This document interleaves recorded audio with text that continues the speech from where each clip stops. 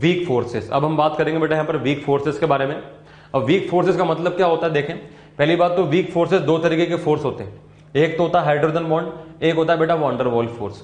अब hydrogen bond और von der Waals force क्या क्या होते हैं, हाइड्रोजन बॉन्ड के बारे में हम सेपरेटली आगे स्टडी करेंगे।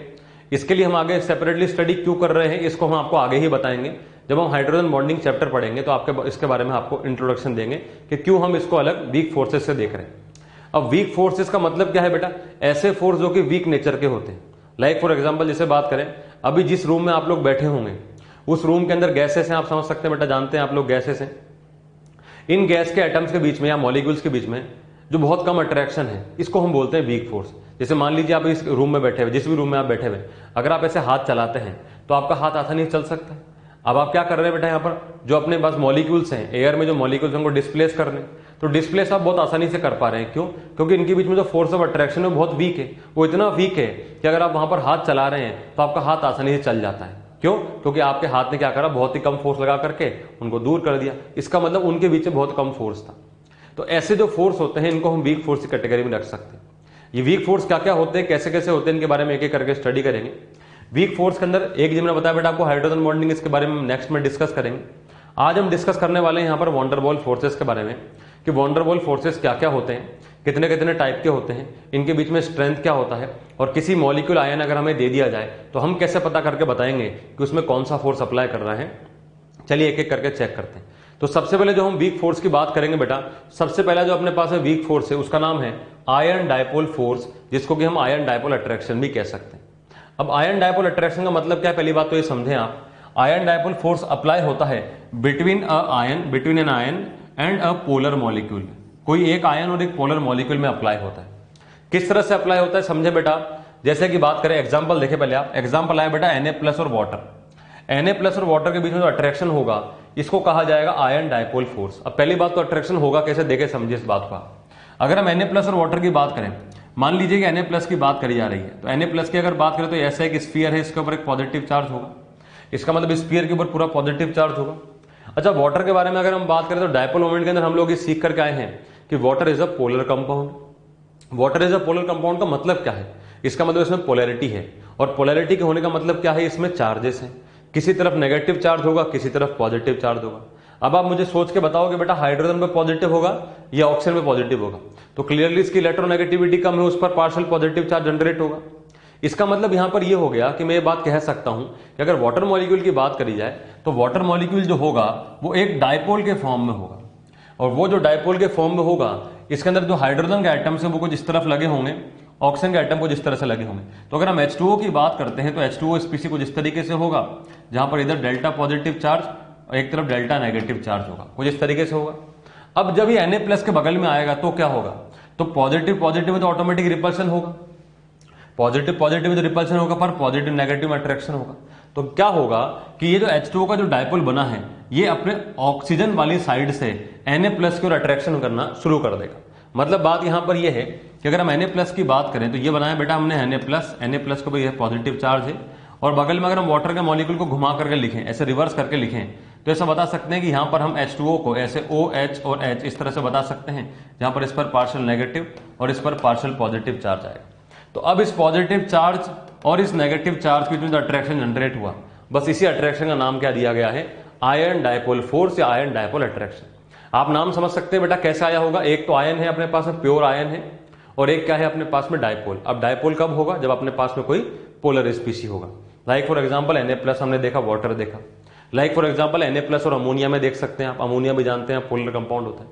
कोई भी पोलर कंपाउंड जो दुनिया में है उसका किसी अगर आयन के हाथ में अगर हम अट्रैक्शन की बात करेंगे, कोई अगर आयन जैसे Na+ हो गया, आप चाहें तो कोई नेगेटिव चार्ज आयन Cl- भी ले सकते हैं, बिल्कुल सेम टू सेम होगा।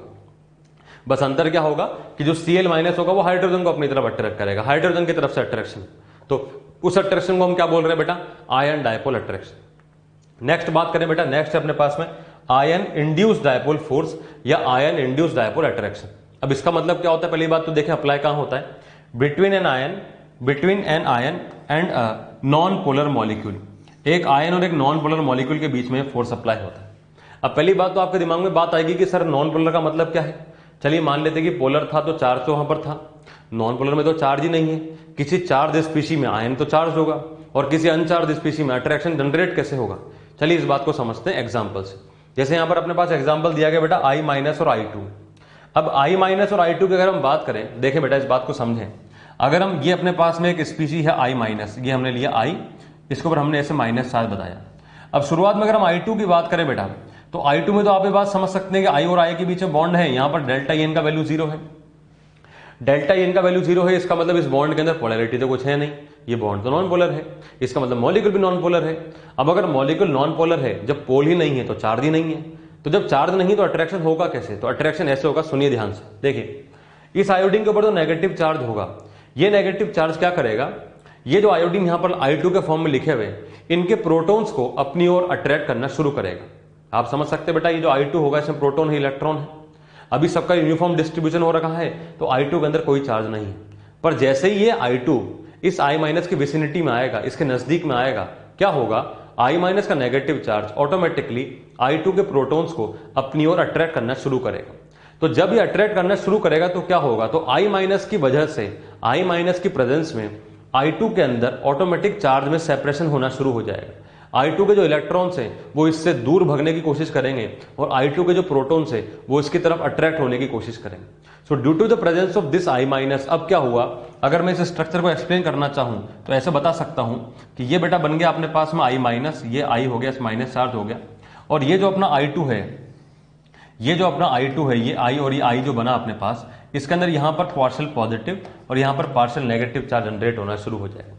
ध्यान देना ये बात बेटा, अगर मैं इस I माइनस को हटा लेता हूं तो वापस से जो I माइनस, I और I के अंदर जो चार्ज जनरेट हुआ वो अपने ओरिजिनल स्टेट में पहुंच जाएगा। तो अब आप ये बात देखें बेटा कि क्या हुआ, I2 जो कि नॉन पोलर था, इसके अंदर एक मोमेंट का, डायपोल मोमेंट का इंडक्शन होना शुरू हो गया, उसको देख करके, किसको देख करके, I माइनस को देख करके। इसलिए इसका नाम क्या दिया गया है, आयन इंड्यूस्ड डायपोल, कि आयन की प्रेजेंस में, आयन की वजह से सामने वाले नॉन पोलर स्पीशी में डायपोल मोमेंट का इंडक्शन होना, डायपोल मोमेंट का प्रोडक्शन होना शुरू हो जाता है। ऑब्वियस सी बात है कि डायपोल मोमेंट जो बना है वो किसकी वजह से बना है, I माइनस की वजह से बना है, तो आयन की वजह से ही ऐसा होगा।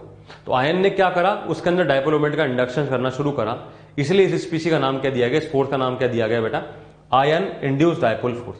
अब आप देख सकते हैं इनके बीच में जो अट्रैक्शन फोर्स बनेगा, इसी का नाम हमने क्या दिया है बेटा, आयन इंड्यूस्ड डायपोल फोर्स दिया है। Like for example I minus और I2 के बारे में हमने यहाँ पर एग्जांपल दिया। आप चाहें तो और भी एग्जांपल लेकर के चल सकते हैं। तो जब भी कभी किसी आयन और नॉन पोलर स्पीशी में अट्रैक्शन होगा वो जाएगा अपना आयन इंड्यूस्ड डायपोल में, और अगर कभी किसी आयन और पोलर स्पीशी में अट्रैक्शन होता है तो वो किस में जाएगा बेटा, अपना आयन डायपोल फोर्स अट्रैक्शन में जाएगा। अब आप मुझे सोच के बताएं कि बेटा इन दोनों के अंदर से स्ट्रॉन्ग फोर्स कौन सा होगा, तो नेचुरल सी बात है, कॉमन सेंस से बता सकते हैं कि आयन दोनों के अंदर सेम है, पर जहां पर ओरिजिनली चार्ज प्रेजेंट था, जहां पर ऑलरेडी चार्ज प्रेजेंट था, वहीं पर अट्रैक्शन ज्यादा जनरेट होगा, क्योंकि यहां तो चार्ज इंड्यूस हुआ है, चार्ज इंड्यूस हुआ है तो उसकी जो मैग्नीट्यूड होगी वो कम होगी एज कंपेयर टू दिस। इसका मतलब आप कंपेरिजन करने के लिए बोल सकते हैं कि आयन डायपोल फोर्स जो होगा, इसका बॉन्ड स्ट्रेंथ, इसका मैग्नीट्यूड ज्यादा होगा, इसका स्ट्रेंथ ज्यादा होगा as compare to what, ion induced dipole. तो ये तो बात होगी बेटा नॉर्मल, हम वीक फोर्स की बात करें, उसकी बात कर ली हमने। नेक्स्ट बात करते हैं अब हम, नेक्स्ट अपने पास में आया बेटा von der Waals force.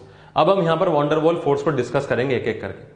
Von der Waals force में सबसे पहला फोर्स है अपने पास में डायपोल डायपोल फोर्स या डायपोल डायपोल अट्रैक्शन, जिसको कि कीजोम फोर्स भी कहा जाता है। कीजोम फोर्स कहा जाता है बेटा, नाम याद रखेंगे आप, कीजोम फोर्स को कहा जाता है। साइंटिस्ट का नाम था, साइंटिस्ट के नाम को ऑनर देने के लिए यहां पर ऐसे नाम दे दिए जाते हैं।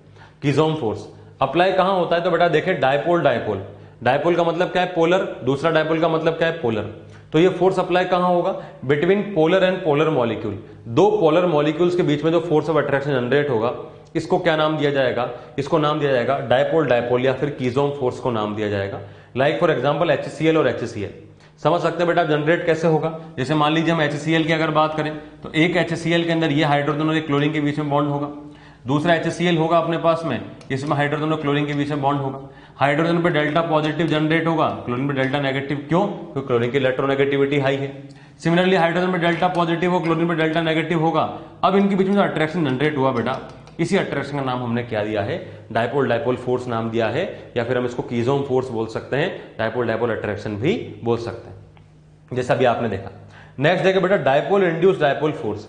डायपोल इंड्यूस्ड डायपोल फोर्स, जिसका कि एक और नाम है डिबाय फोर्स। ये डिबाय वही साइंटिस्ट हैं जिनका नाम हमने देखा था डायपोल मोमेंट में। डायपोल मोमेंट का देखा ना बेटा हमने, डायपोल मोमेंट की यूनिट क्या थी, डी बाय कैपिटल डी। तो वही साइंटिस्ट हैं, इनका नाम क्या बोला गया, डी बाय फोर्स। अब डी बाय फोर्स का मतलब क्या है, ये फोर्स कब अप्लाई हो रहा है, डायपोल इंड्यूस्ड डायपोल। अब डायपोल इंड्यूस्ड डायपोल का मतलब क्या है, एक पोलर होगा एक नॉन पोलर होगा, so between a polar and non polar molecule.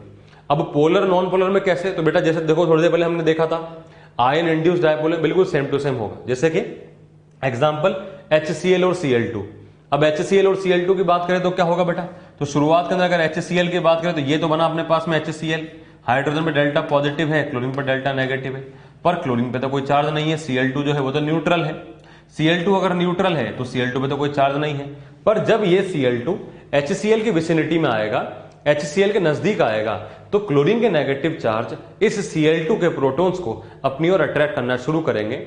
या फिर अगर मान लो ये हाइड्रोजन की तरफ आता तो हाइड्रोजन का डेल्टा पॉजिटिव चार्ज क्लोरीन के इलेक्ट्रॉन को अपनी ओर अट्रैक्ट करने की ओर अपने ओर अट्रैक्ट करने की कोशिश करता। तो जैसा कि अभी हम देख रहे हैं कि यहां पर Cl माइनस के बगल में Cl2 आ रहा है, तो Cl2 के प्रोटॉन्स Cl माइनस की तरफ अट्रैक्ट होना शुरू होंगे, जिसकी वजह से ये जो अट्रैक्शन होगा उसको डायग्रामेटिक फॉर्म में कुछ इस तरीके से बेटा बताया जा सकता है। ये H हो गया, ये Cl हो गया, ये डेल्टा प्लस हो गया, ये डेल्टा माइनस हो गया, और यहां पर भी कुछ ना कुछ ऐसा होगा, ये Cl के अंदर जो प्रोटॉन्स होंगे वो इधर की तरफ शिफ्ट हो जाएंगे, तो यहां पर डेल्टा प्लस और यहां पर डेल्टा माइनस चार्ज है। अब ये जो फोर्स ऑफ अट्रैक्शन जनरेट हुआ इसका नाम क्या दिया गया बेटा, डायपोल इंड्यूस्ड डायपोल। क्यों, क्योंकि इसमें डायपोल मोमेंट तो पहले से था, दूसरे वाले के अंदर डायपोल मोमेंट को इसने इंड्यूस करा, इंडक्शन करना शुरू करा।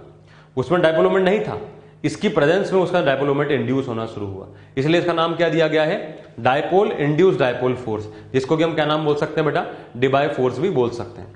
नेक्स्ट बात करें बेटा, नेक्स्ट आया अपने पास में instantaneous dipole induced dipole force. Instantaneous dipole induced dipole force, जिसको कि हम लंदन डिस्पर्जन फोर्स भी बोलते हैं, इसको लंदन डिस्पर्जन फोर्स बोला जाता है बेटा। ये दुनिया के सबसे वीक फोर्सेस के अंदर शामिल होता है। पहली बात तो देखें अप्लाई कहां होता है, instantaneous dipole induced dipole between non polar and non polar molecule. कोई दो नॉन पोलर मॉलिक्यूल्स के बीच में फोर्स ऑफ अट्रैक्शन जनरेट होता है, इसको क्या कहा जाता है, इसको ही कहते हैं हम क्या बेटा, लंदन डिस्पर्जन फोर्स।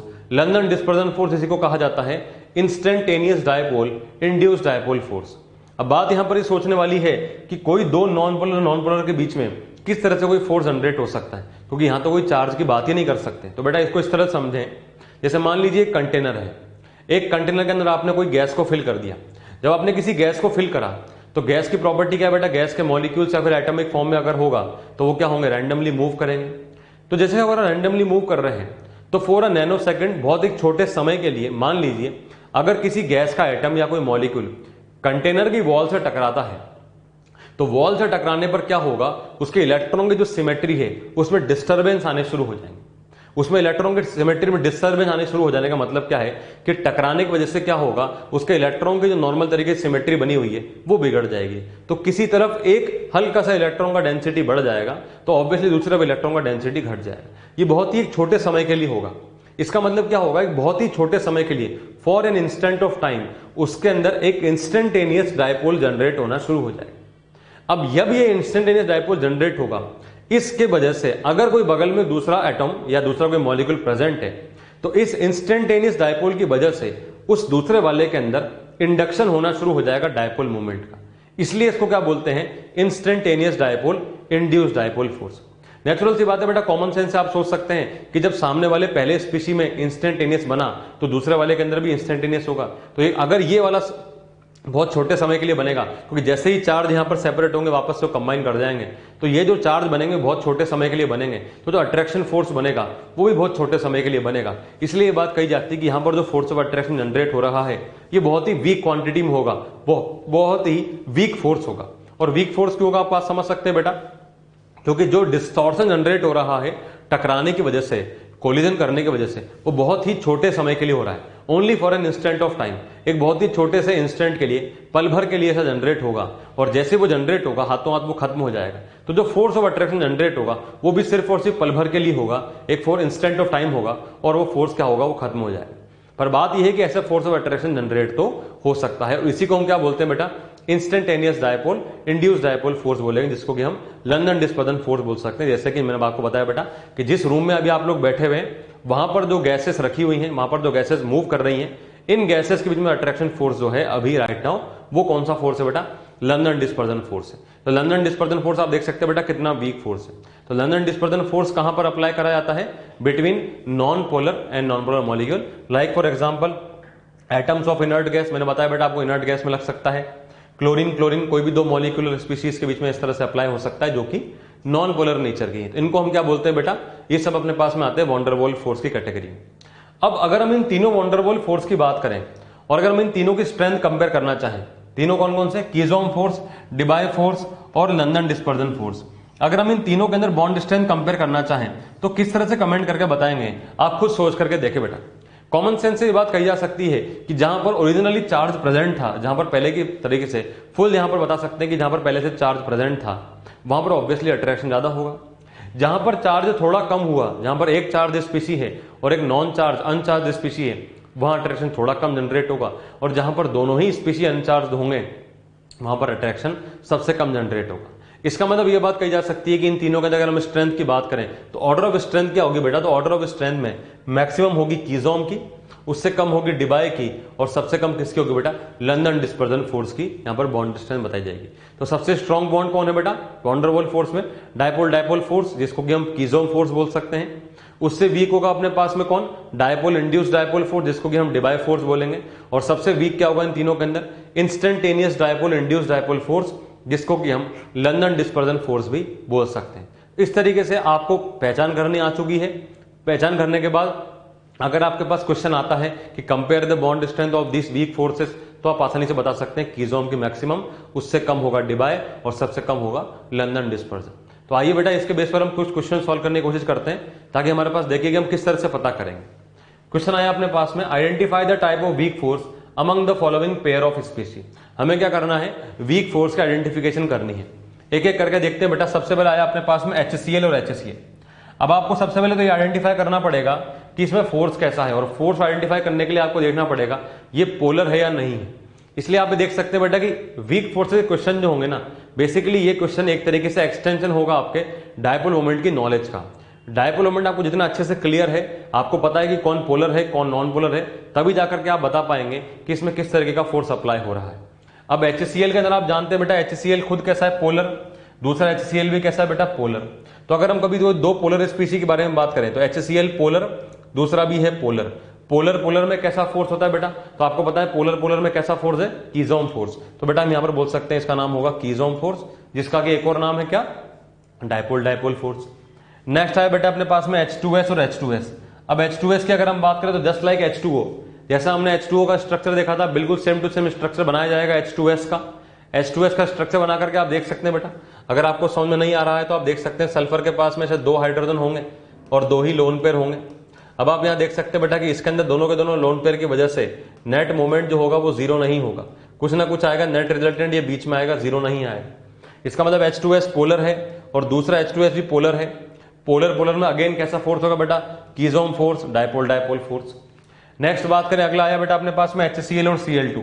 अब HCl हमने देखा बेटा पोलर है, Cl2 कैसा है बेटा, नॉन पोलर। जस्ट अभी हम पीछे देख करके आए हैं। पोलर नॉन पोलर में कैसा फोर्स है बेटा, डिबाय फोर्स। डिबाय फोर्स को हम क्या बोल सकते हैं, dipole induced dipole force. Next बात करें H2O और CCl4। अब H2O के बारे में तो हम जानते हैं बेटा H2O कैसा होता है, पोलर होता है। इतनी बार आ चुका है, याद ही हो गया होगा अब तो आपको। H2O खुद कैसा कंपाउंड है, पोलर कंपाउंड है।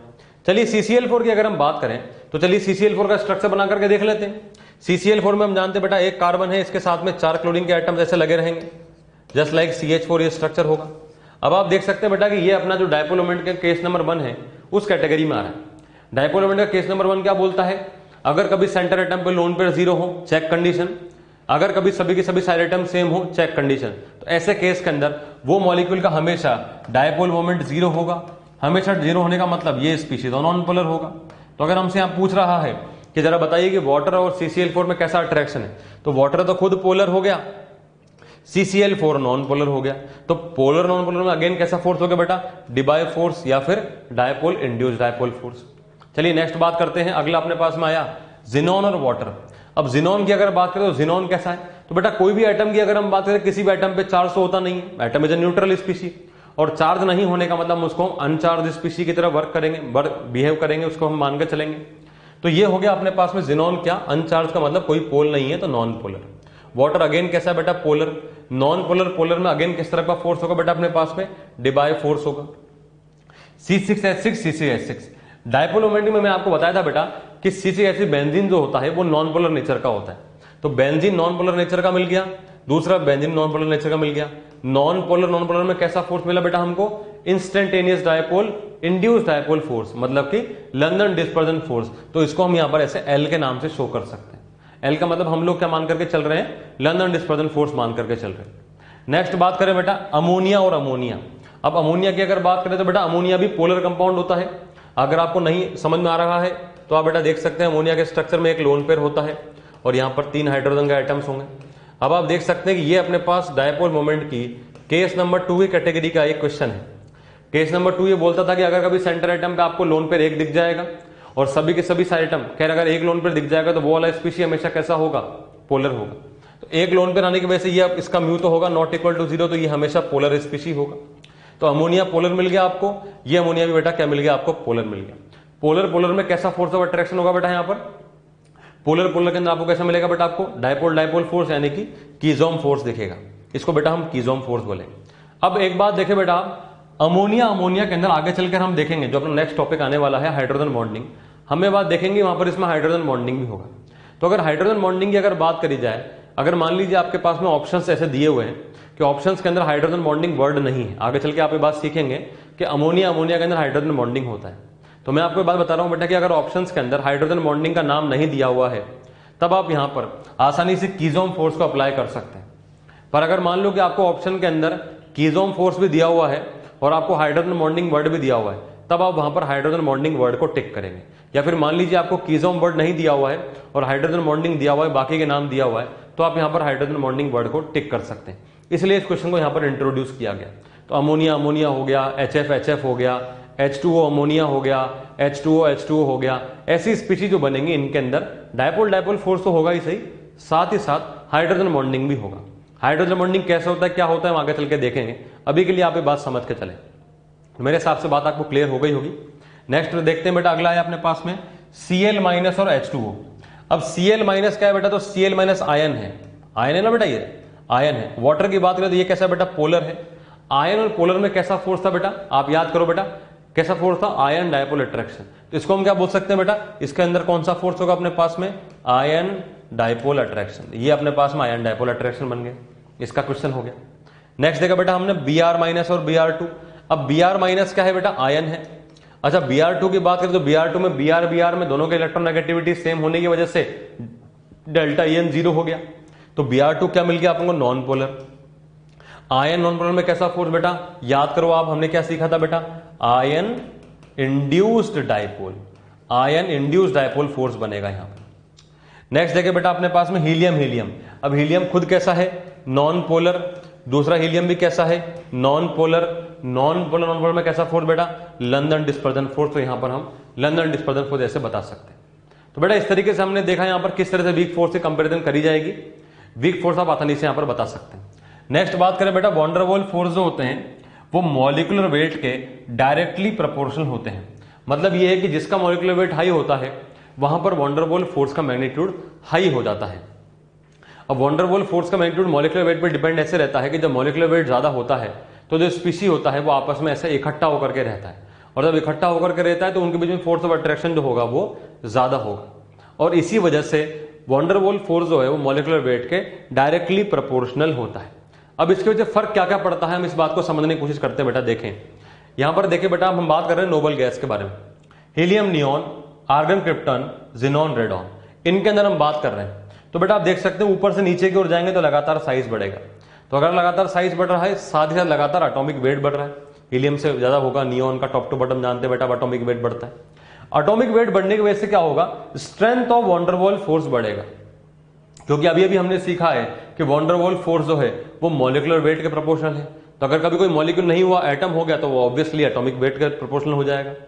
तो वॉन डेर वाल फोर्स है वो एटॉमिक वेट के डायरेक्टली प्रोपोर्शनल होगा। तो जैसे जैसे ऊपर से नीचे जा रहे हैं लगातार एटॉमिक वेट बढ़ने की वजह से इसका बॉइलिंग पॉइंट, इसका जो strength of van der Waals force है वो ज्यादा होगा। अब इसी वजह से क्या होगा बेटा, यहां पर बॉइलिंग पॉइंट लगातार बढ़ेगा। तो बॉइलिंग पॉइंट लगातार क्यों बढ़ रहा है, इसको बहुत कॉमन सेंस समझ सकते हैं बेटा, बहुत ही आसान भाषा में समझे आप। जैसे मान लीजिए हम आपसे बात करें, एक अपने पास में पतला दुबला आदमी है और एक भारी भरकम मोटा आदमी है, तो आप मुझे बेटा खुद सोच के बताओ कि किसको उठाना आसान है? किसको उठाना आसान है? पतले आदमी को उठाना आसान है, मोटे आदमी को उठाना आसान? तो ऑब्वियसली पतले आदमी को उठाना आसान है। क्यों? क्योंकि उसका वेट कम है। Same to same case molecules में अप्लाई होता है। जिस मॉलिक्यूल का वेट ही कम होगा या फिर जिस एटम का वेट ही कम होगा, उसको ऊपर वेपराइज करने के लिए बहुत ही कम एनर्जी रिक्वायरमेंट है, बहुत आसानी से वेपराइज हो जाएगा। इसका मतलब उसका बॉइलिंग पॉइंट कम होगा। पर जिस एटम का या जिस मॉलिक्यूल का मॉलिक्यूलर वेट या एटॉमिक वेट ज्यादा होगा, भारी भरकम होगा, बल्कि होगा, तो वो क्या होगा? वो नीचे बैठा रहेगा। नीचे बैठा रहेगा क्योंकि उसको उठाने के लिए आपको ज्यादा टेम्परेचर देना पड़ेगा, ज्यादा एनर्जी रिक्वायरमेंट। इसका मतलब उसका बॉइलिंग पॉइंट क्या हो जाएगा? हाई हो जाएगा। तो इस तरह से एनालॉजी लेकर के आप रिलेट करके बता सकते हैं कि क्या ऑर्डर होगा बॉइलिंग पॉइंट का। बॉइलिंग पॉइंट का ऑर्डर बता सकते हैं। सिमिलरली बेटा आप आगे चल के कुछ कुछ मेल्टिंग पॉइंट का ऑर्डर भी बता सकते हैं। तो देखा बेटा अभी हमने बॉइलिंग पॉइंट लगातार बढ़ेगा, लिक्विफिकेशन की टेंडेंसी बढ़ेगी। अब लिक्विफिकेशन की टेंडेंसी बढ़ने का मतलब क्या है कि लिक्विफाई होने की जो एबिलिटी है वो बढ़ जाएगी। अब लिक्विफाई होने का मतलब क्या है? तो बेटा आप देख सकते हैं सभी के सब तो गैसेस हैं, तो गैसेस है तो क्या होगा? हम टेम्परेचर कम करेंगे। तो ऐसी कौन सी गैस है जो कि बहुत जल्दी लिक्विफाई हो जाएगी? तो ऑब्वियसली इसका बॉइलिंग पॉइंट हाई होगा, वो लिक्विफाई हो जाएगी। जैसे मान लीजिएगा अभी हमारे पास कोई गैस है जो कि -200 डिग्री सेल्सियस पर जाकर के अपने को लिक्विफाइड होती है, और अगर कोई गैस ऐसी है जो कि हमको -100 डिग्री सेल्सियस पर जाके लिक्विफाई हो जाती है, तो आप मुझे बताओ बेटा पहले कौन टेम्परेचर अचीव करेगा? पहले -100 आएगा, उसके बाद ही तो हम टेम्परेचर डिक्रीज करेंगे तो -200 आएगा। तो अब -100 टेम्परेचर होने का मतलब क्या है? उसका बॉइलिंग पॉइंट हाई है। किसी का अगर बॉइलिंग पॉइंट -200 है और किसी का बॉइलिंग पॉइंट अगर -100 है, तो किसका बॉइलिंग पॉइंट हाई हुआ? -100 वाले का हाई हुआ। इसका मतलब जिसका बॉइलिंग पॉइंट हाई होगा वही आसानी से लिक्विफाई करा जा सकता है, जल्दी से वो लिक्विफाई हो जाएगा। तो जैसा भी हम देख रहे हैं बेटा नोबल गैस में ऊपर से नीचे आने पर लगातार बॉइलिंग पॉइंट बढ़ रहा है, क्योंकि लगातार वॉन डेर वाल्स फोर्स बढ़ रहे हैं, क्योंकि लगातार एटॉमिक वेट बढ़ रहा है। इसी वजह से जो टेंडेंसी जो लिक्विफाई होगी या ईज ऑफ लिक्विफिकेशन जो होगा, कौन आसानी से लिक्विफाई हो सकता है, कितनी आसानी से लिक्विफाई होगा, इसकी एबिलिटी लगातार बढ़ेगी। So ease of liquefaction tendency लगातार बढ़ेगी और सॉल्युबिलिटी इन वाटर भी लगातार बढ़ेगी। तो बेटा इस तरीके से हम देख सकते हैं कि किस तरीके से वॉन डेर वाल्स फोर्स जो है वो अलग अलग फैक्टर्स को अफेक्ट कर सकते हैं। जैसे मान लीजिए बेटा हम इसका आपको क्लासिक एग्जांपल देखते हैं। जैसे कि अपने पास में आया फ्लोरीन F2, एक आया बेटा अपने पास में क्लोरीन Cl2, एक आया अपने पास में ब्रोमीन Br2, एक आया बेटा अपने पास में आयोडीन I2। अब यहां पर हम बात करें बेटा तो फ्लोरीन क्लोरीन जो होते हैं ना, ये रूम टेम्परेचर पे गैस स्टेट के अंदर प्रेजेंट होते हैं। ब्रोमीन की अगर बात करें तो एकमात्र ऐसा नॉन मेटल जो कि लिक्विड स्टेट में प्रेजेंट होता है रूम टेम्परेचर पे, वो ब्रोमीन होता है। ये हमने पीरियोडिक टेबल में देखा था। और आयोडीन की अगर बात करें तो आयो2 जो होता है बेटा वो रूम टेम्परेचर पे एक वॉयलेट कलर के सॉलिड के रूप में प्रेजेंट होता है। तो आप देखिए बेटा सबके सब नॉन पोलर है, सबके सब नॉन पोलर है। F2 Cl2 Br2 I2 सब में डेल्टा En 0 है, तो सबके सब नॉन पोलर है, बट फिर भी इनके स्टेट में डिफरेंस आ रहा है। क्यों? Due to van der Waals forces. क्योंकि आप देख सकते हैं कि F2 Cl2 Br2 I2 ये सभी के सभी एक ही ग्रुप के मेंबर हैं, बट टॉप टू बॉटम जाएंगे, लगातार एटॉमिक वेट बढ़ेगा, लगातार मॉलिक्यूलर वेट बढ़ेगा, लगातार मॉलिक्यूलर वेट बढ़ेगा, वॉन डेर वाल्स फोर्स बढ़ेगा, वॉन डेर वाल्स फोर्स बढ़ेगा तो भारीपन बढ़ेगा, मॉलिक्यूल भारी होता चला जा रहा है, उसको उठाने के लिए आपको ज्यादा एनर्जी देनी पड़ेगी। इसी वजह से लगातार बॉइलिंग पॉइंट बढ़ेगा। तो फ्लोरीन क्लोरीन का मॉलिक्यूलर वेट कम है, आसानी से वेपराइज कर सकते हैं, इसलिए रूम टेम्परेचर पे गैस में। ब्रोमीन का थोड़ा बढ़ गया तो लिक्विड में आ गया। आयोडीन का इन सब में सबसे ज्यादा है, तो रूम टेम्परेचर पे वो कौन से स्टेट में रहता है? सॉलिड स्टेट में रहता है। इस तरीके से आप बात देख सकते हैं बेटा कि वॉन डेर वाल्स फोर्स जो होते हैं वो कैसे मॉलिक्यूलर वेट पर डिपेंडेंट होते हैं और कैसे वो फिजिकल प्रॉपर्टीज को अफेक्ट कर सकते हैं। तो बेटा यहां पर अपना कंप्लीट होता है क्या? Weak forces. नेक्स्ट जो अपना अगला टॉपिक हम डिस्कस करेंगे उसका नाम होगा हाइड्रोजन बॉन्डिंग। तो अगला टॉपिक अपना क्या होगा बेटा? Hydrogen bonding. इसके बाद हम डिस्कस क्या करेंगे? हाइड्रोजन बॉन्डिंग को डिस्कस करेंगे। आज हम स्टार्ट करेंगे बेटा एक नए टॉपिक के बारे में, एक नया टॉपिक जिसका नाम क्या है? Hydrogen bonding. तो हाइड्रोजन बॉन्डिंग की अगर बात करें तो हाइड्रोजन बॉन्डिंग क्या होता है, कैसे होता है, कहां पर होता है? हाइड्रोजन बॉन्डिंग की अगर बात करें बेटा तो हाइड्रोजन बॉन्डिंग पहली बात तो एक ऐसा कॉन्सेप्ट है जो कि हमारी डे टू डे लाइफ से जुड़ा हुआ कॉन्सेप्ट है। मैं एक एक करके आपको इसमें एग्जांपल बताता जाऊंगा। जब हम टॉपिक पढ़ेंगे तो आपको समझने में आसानी होगी और आपको इंटरेस्टिंग भी लगेगा कि किस तरह से हाइड्रोजन बॉन्डिंग हमारी लाइफ में जुड़ा हुआ है, हमारे लाइफ की चीजों को जोड़ने का, एसोसिएट करने का काम करता है। पहले शुरुआत करते हैं इसके डेफिनेशन के बारे में कि what is hydrogen bonding. Hydrogen bonding का मतलब क्या होता है देखते हैं बेटा। यहां पर पहले डेफिनेशन देखेंगे बेटा। When hydrogen is covalently bonded with a more electronegative atom like fluorine, oxygen, nitrogen, जब कभी हाइड्रोजन कोई more electronegative element like fluorine, oxygen या नाइट्रोजन के साथ में कोवलेंटली बॉन्डेड होगा and this hydrogen atom is attached with another more electronegative element having lone pair on it, और जब ये हाइड्रोजन जो है वो एक दूसरे मोर इलेक्ट्रोनेगेटिव एलिमेंट जिसके पास में लोन पेयर होगा उसके साथ में अटैच होने की कोशिश करेगा थ्रू इलेक्ट्रोस्टैटिक अट्रैक्शन। किसके through? Electrostatic force of attraction के थ्रू जो जनरेट करने की कोशिश करेगा, तब जाकर के then this force of attraction is known as what? Hydrogen bond. तब उस फोर्स को क्या कहा जाएगा? हाइड्रोजन बॉन्ड कहा जाएगा।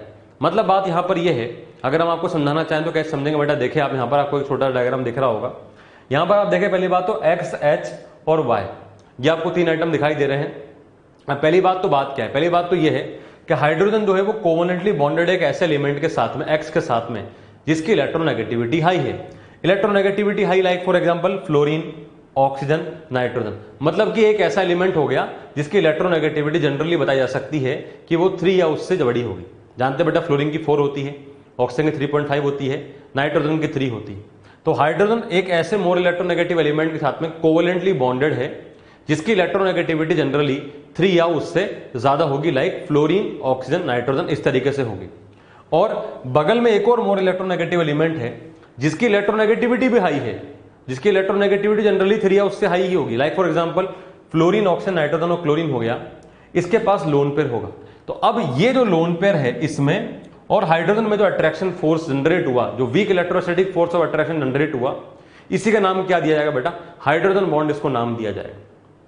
तो पहली बात तो आप समझे कि अट्रैक्शन फोर्स आ कैसे रहा है। देखिए बेटा, जब हाइड्रोजन इस मोर इलेक्ट्रोनेगेटिव एलिमेंट से अटैच हुआ, कोवलेंटली बॉन्डेड हुआ, तो इसकी इलेक्ट्रोनेगेटिविटी एक्स की हाई है।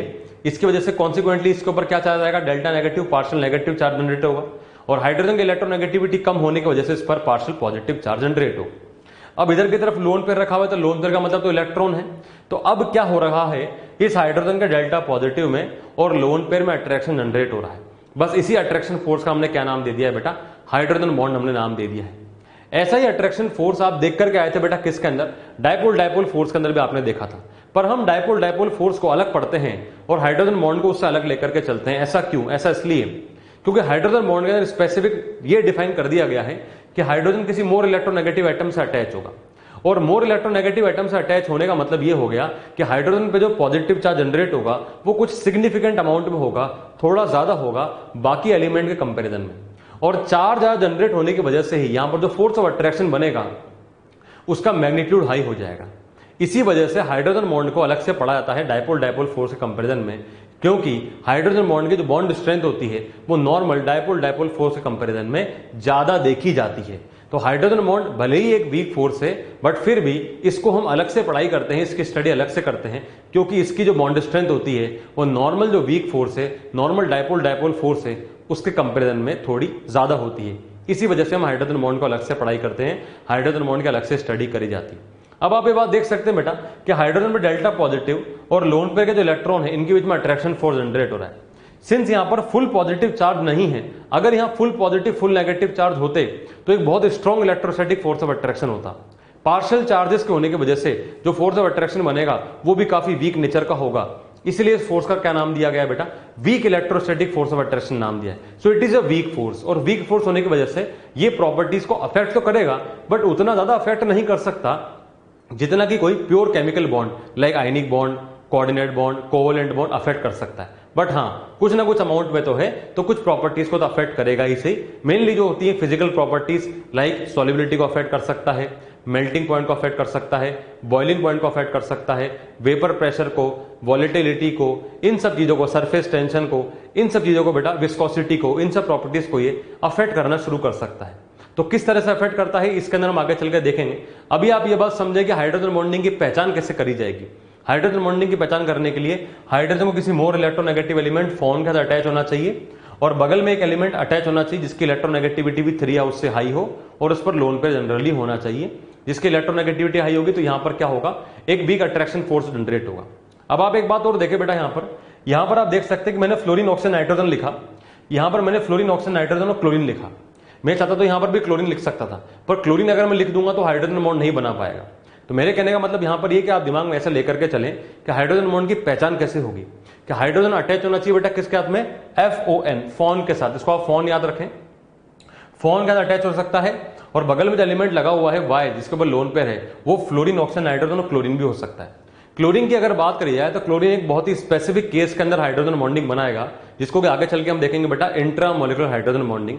पर बाकी के एलिमेंट जो है फ्लोरीन, ऑक्सीजन, नाइट्रोजन, ये हर टाइप की इंटरमोलिकुलर हाइड्रोजन बॉन्डिंग और इंट्रामोलिकुलर हाइड्रोजन बॉन्डिंग बना सकते हैं। ये दोनों का नाम क्या होते हैं, क्या मतलब होता है, हम आगे चल के देखेंगे। अभी आप ये बात समझें कि फ्लोरीन, ऑक्सीजन, नाइट्रोजन अगर कभी हाइड्रोजन से अटैच और कंडीशन सेटिस्फाई हो रही है तो वो हमेशा हाइड्रोजन बॉन्ड बनाएंगे।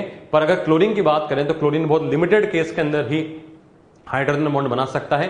अब वो कंडीशन क्या होती है, कैसे होती है और क्यों होती है, इसको हम आगे चलकर डिस्कस करेंगे। तो मेनली हाइड्रोजन बॉन्ड की कंडीशन क्या है, hydrogen should be attach with phone और बगल में ही फोन होना चाहिए जिसके ऊपर लोन पेयर होना चाहिए। अगर ये कंडीशन है तो डेफिनेटली वहां पर क्या होगा, हाइड्रोजन बॉन्ड का फॉर्मेशन होना बताया जाएगा। नेक्स्ट बात करते हैं बेटा कुछ इंपॉर्टेंट बॉन्ड स्ट्रेंथ के बारे में। आप देखिए बेटा यहां पर हमने आपको एक बॉन्ड बताया HF और HF के बीच में। अब HF HF में पहले तो आप ये चेक करो हाइड्रोजन बॉन्ड बनेगा नहीं बनेगा। आप तो कंडीशन पे जाओ, कंडीशन क्या थी, हाइड्रोजन किससे अटैच होना चाहिए, फोन से। तो बेटा हाइड्रोजन कंडीशन पहली वाली कंडीशन सेटिस्फाई कर रहा है, फोन से अटैच है। बगल में फोन होना चाहिए, लोन पेयर होना चाहिए, दोनों कंडीशन सेटिस्फाई हो रही। तो ये जो फोर्स ऑफ अट्रैक्शन बना इसका नाम हमने क्या दिया बेटा, हाइड्रोजन बॉन्ड। ये हाइड्रोजन बॉन्ड किसके बीच में बेटा, HF के बीच में। नेक्स्ट बात करें बेटा OH और OH के बीच में। अब OH और H2O के बीच में किस तरह से फोर्स बताया जा रहा है यहाँ पे, तो आप कंडीशन चेक करें वापस से, हाइड्रोजन फोन से अटैच होना चाहिए, अटैच है, बगल में फोन पे लोन पेयर होना चाहिए, लोन पेयर है। तो यहां पर भी अट्रैक्शन फोर्स को इसका नाम ही क्या देंगे हम, हाइड्रोजन बॉन्ड। ये OH वाला हो गया। नेक्स्ट बेटा देखें NH3 अमोनिया और अमोनिया में। अमोनिया में नाइट्रोजन, हाइड्रोजन जो अटैच है वो नाइट्रोजन से अटैच है, हाइड्रोजन से अटैच मतलब फोन से अटैच है, बगल में फोन है, लोन पेयर है। तो यहां पर भी जो अट्रैक्शन फोर्स बनेगा उसका भी क्या नाम दिया जाएगा, हाइड्रोजन बॉन्ड। तो ये तीनों ही जनरली मेन टाइप के हाइड्रोजन बॉन्ड हो गए। अब इसके अंदर जो HF वाला बॉन्ड है, एक HF वाला बॉन्ड हो गया बेटा अपने पास में, यहां पर अपने पास में एक HF वाला बॉन्ड हो गया, फिर एक अपने पास में OH वाला बॉन्ड हो गया, एक अपने पास में NH वाला बॉन्ड हो गया। जो HF वाला बॉन्ड है इसकी बॉन्ड स्ट्रेंथ बेटा 10 किलो कैलोरी पर मोल। कितनी है, 10 किलो कैलोरी पर मोल। OH वाले की कितनी है बेटा, 7 किलो कैलोरी पर मोल। और NH वाले की कितनी है बेटा, सिर्फ और सिर्फ 3 कैलोरी पर मोल। अब आप सोचेंगे कि ऐसा क्यों हो रहा है, तो बेटा इसको समझने का बहुत ही आसान तरीका है, वो क्या है, इलेक्ट्रोनेगेटिविटी। हमने देखा था कि हाइड्रोजन बॉन्डिंग जो हो रही थी, हाइड्रोजन बॉन्डिंग की अगर हम बात करें बेटा, वापस आते हैं, हाइड्रोजन बॉन्डिंग के अंदर मेन रीजन क्या है, हाइड्रोजन के पास क्या है, हाइड्रोजन के पास में पॉजिटिव चार्ज जनरेट हो रहा है, पार्शियल पॉजिटिव चार्ज आया। तो हाइड्रोजन के पास जब पार्शियल पॉजिटिव चार्ज आया तो ये पार्शियल पॉजिटिव किसकी बदौलत आया, किसकी वजह से आया तो X की वजह से। तो नेचुरली X की इलेक्ट्रोनेगेटिविटी जितनी हाई होगी ऑटोमेटिक उतना ही ज्यादा हाइड्रोजन में पॉजिटिव चार्ज जनरेट करेगा, और जितना पॉजिटिव हाइड्रोजन पर आएगा उतना ही ज्यादा इस हाइड्रोजन के डेल्टा पॉजिटिव और इस लोन पेयर में अट्रैक्शन बनेगा। तो मेरे कहने का मतलब यहां पर यह है कि पहले आप ये चेक करें कि कौन सा ऐसा एलिमेंट है जो कि हाइड्रोजन के साथ में कोवलेंटली बॉन्डेड है। अगर उसकी इलेक्ट्रोनेगेटिविटी हाई है तो डेफिनेटली वो हाइड्रोजन पर ज्यादा पार्शियल पॉजिटिव जनरेट करेगा, और डेफिनेटली इसी वजह से वहां पर जो अट्रैक्शन फोर्स बनेगा उसका मैग्नीट्यूड भी हाई होगा। अब चलिए आते हैं वापस से अपने पॉइंट पे।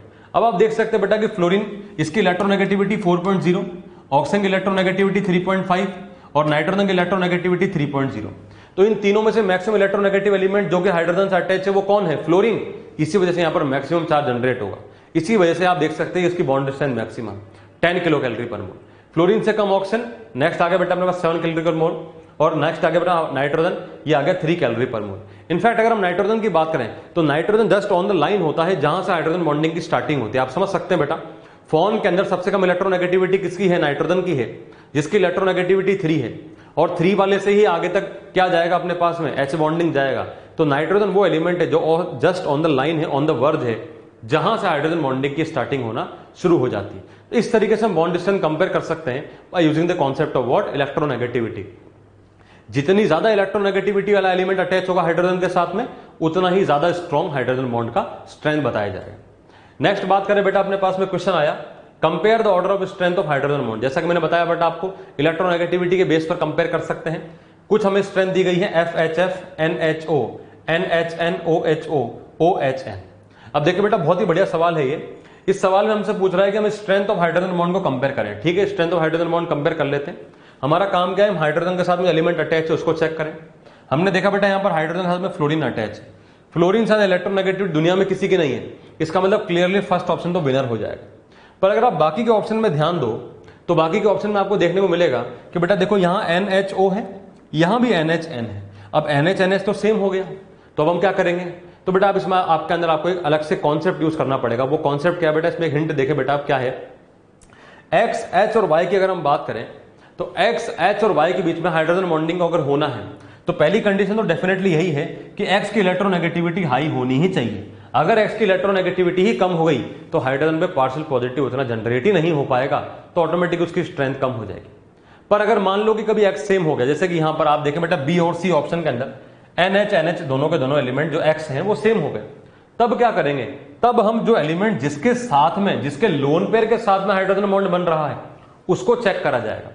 अब जो एलिमेंट का लोन पेयर इन्वॉल्व हो रहा है इसके साथ में हाइड्रोजन बॉन्डिंग में, अगर उस एलिमेंट की इलेक्ट्रोनेगेटिविटी हाई हुई तो उसका लोन पेयर ज्यादा अट्रैक्ट नहीं हो पाएगा हाइड्रोजन की तरफ। क्यों?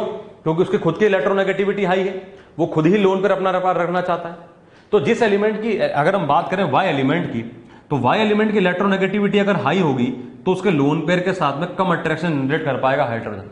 पर अगर Y एलिमेंट की इलेक्ट्रोनेगेटिविटी कम हुई तो इसके लोन पेयर पे इसका खुद का अट्रैक्शन कम होने की वजह से हाइड्रोजन के साथ में ये ज्यादा अट्रैक्शन दिखा सकता है, और हाइड्रोजन के साथ में ज्यादा अट्रैक्शन दिखा पाने की वजह से यहां पर जो हाइड्रोजन बॉन्ड बनेगा उसकी स्ट्रेंथ ज्यादा बता दी जाएगी।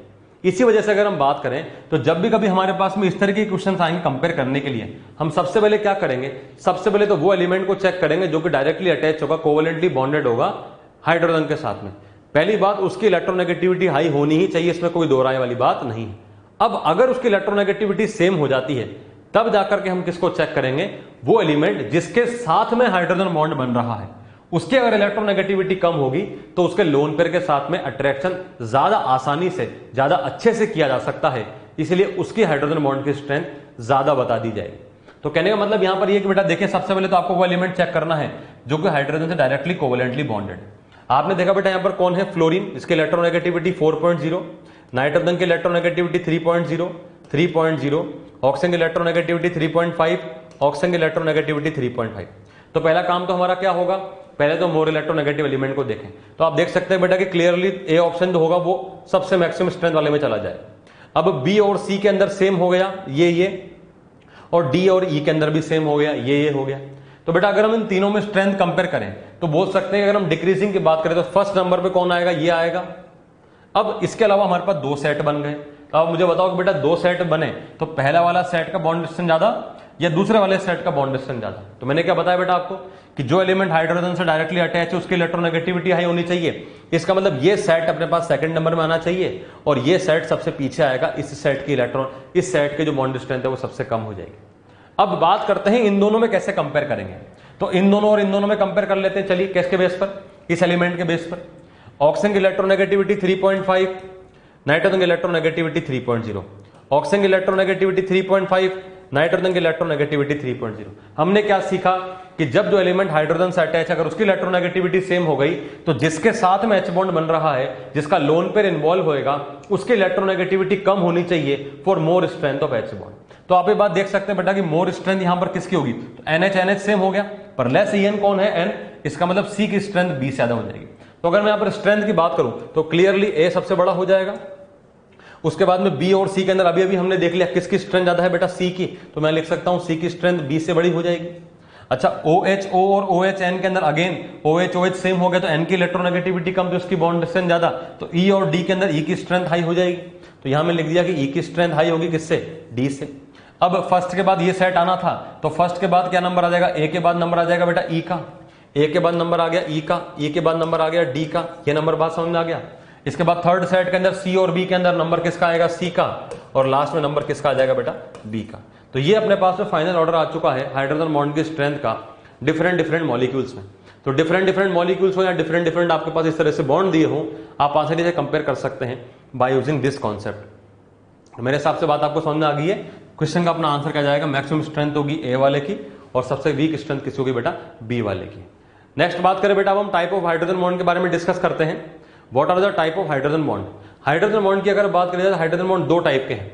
एक तो है अपने पास में इंटरमॉलिक्यूलर हाइड्रोजन बॉन्ड, एक है अपने पास में इंट्रामॉलिक्यूलर हाइड्रोजन बॉन्ड। ध्यान दो बेटा, नाम बहुत ही मिक्सिंग है, कंफ्यूज कर सकते हैं, पर आपको कंफ्यूज होना नहीं है। बहुत ही आसान तरीके से समझेंगे क्या है मतलब। देखें, इंटरमॉलिक्यूलर हाइड्रोजन बॉन्ड, इंटरमॉलिक्यूलर का मतलब दो अलग अलग मॉलिक्यूल्स के बीच में, दो अलग अलग मॉलिक्यूल्स के बीच में।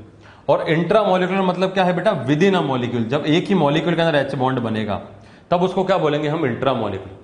दो अलग अलग मॉलिक्यूल्स के बीच में, अब वो दोनों सेम भी हो सकते हैं, दोनों डिफरेंट भी हो सकते हैं। लाइक फॉर एग्जांपल H2O और H2O, अगर एक H2O दूसरे H2O में H बॉन्ड बन रहा है तो एक मॉलिक्यूल H2O दूसरा मॉलिक्यूल H2O, इसको क्या कहा जाएगा? Intermolecular H bond. अगर एक H2O और दूसरे अमोनिया में H बॉन्ड बन रहा है तो H2O एक मॉलिक्यूल, अमोनिया दूसरा मॉलिक्यूल, एक मॉलिक्यूल, दो अलग अलग मॉलिक्यूल, इसको भी क्या कहा जाएगा?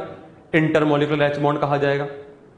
नेक्स्ट बात करें, जैसे कि हम बात करें बेटा HF और वाटर में, HF एक मॉलिक्यूल, वाटर एक मॉलिक्यूल, वाटर की बात करें, वाटर एक मॉलिक्यूल, वाटर दूसरा molecule.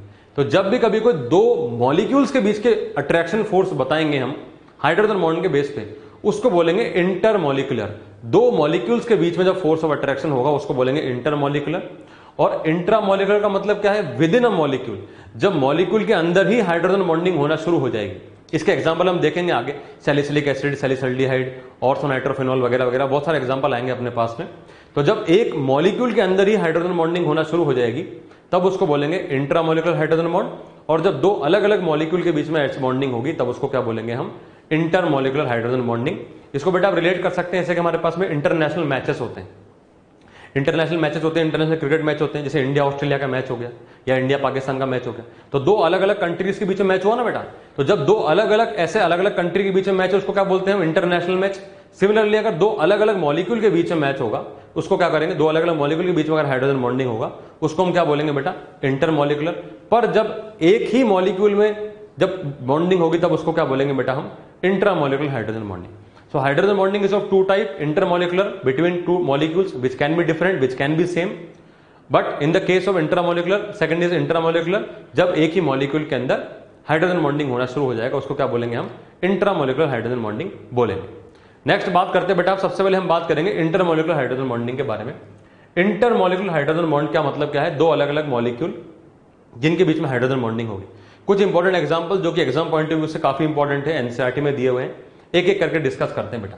When hydrogen bond is formed between different molecule, दो डिफरेंट मॉलिक्यूल के बीच में क्या होगा? हाइड्रोजन बॉन्ड बनेगा। लाइक फॉर एग्जांपल, सबसे पहले एग्जांपल बेटा अपने पास में आया HF सॉलिड स्टेट में। अब HF की अगर बात करें, अगर HF हमारे पास सॉलिड स्टेट में है तो उसका स्ट्रक्चर कैसा बनता है बेटा? देखते हैं। ये बना बेटा अपने पास में HF का स्ट्रक्चर। पहली बात तो आप समझे कि इस HF के स्ट्रक्चर का बना कैसे होगा। तो आप देखिए बेटा, मैं आपको इधर बताता हूं बेटा, इसको देखकर आपको सारी बात समझना चाहिए। पहले तो आप HF की कंडीशन चेक करें, क्या HF हाइड्रोजन बॉन्ड बना सकता है? जी हाँ, बना सकता है। कंडीशन क्या है बेटा? हाइड्रोजन कोवेलेंटली बॉन्डेड होना चाहिए फोन के साथ में, डेफिनेटली है। बगल में एक और फोन है, इसके बाद लोन पेयर होगा। ये जो फोन है इसके बाद लोन पेयर है, तो इसके लोन पेयर के बीच मान लीजिए हम लोन पेयर ऐसे दिखा रहे हैं, ऐसे सब में दिखा सकते हैं, मैं आपको यहां बता रहा हूं समझाने के लिए। इस लोन पेयर में इस हाइड्रोजन में अट्रैक्शन जो है इसको क्या नाम दिया बेटा हमने? Hydrogen bond. तो जब अपने पास में HF सॉलिड स्टेट में आएगा तभी एक ऐसा स्ट्रक्चर बनाएगा। अब जब ये ऐसा स्ट्रक्चर बनाएगा तो ऐसे स्ट्रक्चर में आप देख सकते हैं बेटा, फ्लोरीन के पास में 3 लोन पेयर थे, तो ये लोन पेयर यहां होगा, एक लोन पेयर यहां था। फिर एक फ्लोरीन के पास में लोन पेयर यहां होगा, एक लोन पेयर यहां होगा, इस तरीके से। फिर ये फ्लोरीन के पास में लोन पेयर यहां था, एक लोन पेयर यहां था, और एक लोन पेयर के साथ में इसने यहां पर ऐसे H बॉन्ड बनाना शुरू करा, और ये स्ट्रक्चर ऐसे चल जाएगा। तो इसके अंदर क्या है बेटा? रिपल्शंस को मिनिमाइज करने के लिए ये ऐसा स्ट्रक्चर बन जाता है। तो इस स्ट्रक्चर में देखिए बेटा, आप एक बॉन्ड ऊपर एक बॉन्ड नीचे, एक बॉन्ड ऊपर एक बॉन्ड नीचे, एक बॉन्ड ऊपर एक बॉन्ड नीचे, तो आपको ये ऐसे एक जिगजैग लाइक स्ट्रक्चर बनता हुआ दिख रहा है। इसलिए स्ट्रक्चर का नाम क्या होता है बेटा? Zigzag structure. क्या बोलते हैं बेटा हम इसको? जिगजैग स्ट्रक्चर बोलते हैं। देखिए बेटा, इसका नाम आ गया जिगजैग स्ट्रक्चर। तो जिगजैग स्ट्रक्चर होता है बेटा किसका? HF का। HF का जिगजैग स्ट्रक्चर होने की वजह क्या है? इसके अंदर हाइड्रोजन बॉन्डिंग का होना। अगर हम बात करें कोई और मॉलिक्यूल जैसे HI होगा, तो क्या HI में जिगजैग स्ट्रक्चर होगा? नहीं होगा। क्यों नहीं होगा? क्योंकि HI के अंदर हाइड्रोजन बॉन्डिंग हो ही नहीं सकता, क्योंकि हाइड्रोजन बॉन्ड नहीं बना सकता। इसी वजह से अगर हम HF की बात करें तो HF के अंदर विस्कोसिटी हाई हो जाती है, इसमें गाढ़ापन ज्यादा हो जाता है। मतलब HF की अगर बात करें तो बाकी लिक्विड कंपैरिजन में थोड़ा थिक होता है। विस्कोस का होने का मतलब क्या है बेटा? थिक लिक्विड का होना। जैसे आप जानते हैं बेटा, ऑयल होता है, वाटर होता है, ऑयल मोर विस्कस होता है ना, ऑयल गाढ़ा होता है, तो उसको बोलते हैं बेटा विस्कोसिटी। विस्कोसिटी के बारे में बेसिकली आप लोग फिजिक्स के अंदर पढ़ते हैं, इस तरह से बताया जाता है आपको कि लिक्विड का जो फ्रिक्शन होता है उसको विस्कोसिटी टर्म से बताया जाता है। फ्लूइड डायनामिक्स में, फ्लूइड मैकेनिक्स में आप लोग पढ़ते हैं, उतना हम लोग डीप में नहीं जाएंगे, बस आपको विस्कोसिटी वर्ड का मतलब होना चाहिए। और विस्कोसिटी वर्ड का मतलब क्या है? गाढ़ापन। कौन सा लिक्विड कितना गाढ़ा है। तो आपसे क्वेश्चन ऐसा पूछ सकता है कि बताओगे HF विस्कस क्यों है? तो HF के विस्कस होने के पीछे रीजन क्या है बेटा? उसके अंदर ये जिगजैग स्ट्रक्चर बनना। अब जिगजैग स्ट्रक्चर बनेगा तो उससे क्या है? सभी मॉलिक्यूल आपस में इकट्ठे बने रहेंगे, कोई मॉलिक्यूल फ्री नहीं है, मूव नहीं कर सकता। मूव नहीं करने की वजह से उसका मूवमेंट एबिलिटी कम होने की वजह से विस्कस नेचर बढ़ गया। तो उसके पीछे रीजन क्या है, उसके अंदर हाइड्रोजन बॉन्डिंग का हो। तो हाइड्रोजन बॉन्डिंग है, इंटरमोलिकुलर हाइड्रोजन बॉन्डिंग है, इसी वजह से HF सॉलिड स्टेट के अंदर थिक लिक्विड में, विस्कस लिक्विड में प्रेजेंट है due to this zigzag like structure. Next बात करें बेटा अपने पास में अमोनिया। अमोनिया को अगर हम सॉलिडिफाई करें तो अमोनिया को अगर आप सॉलिडिफाई करेंगे तो स्ट्रक्चर कैसा बनेगा, देखिए बेटा अमोनिया में नाइट्रोजन हाइड्रोजन से अटैच है, ये 3 हाइड्रोजन नाइट्रोजन से अटैच है, पहली कंडीशन सेटिस्फाई हो रही है, हाइड्रोजन फोन से अटैच होना चाहिए।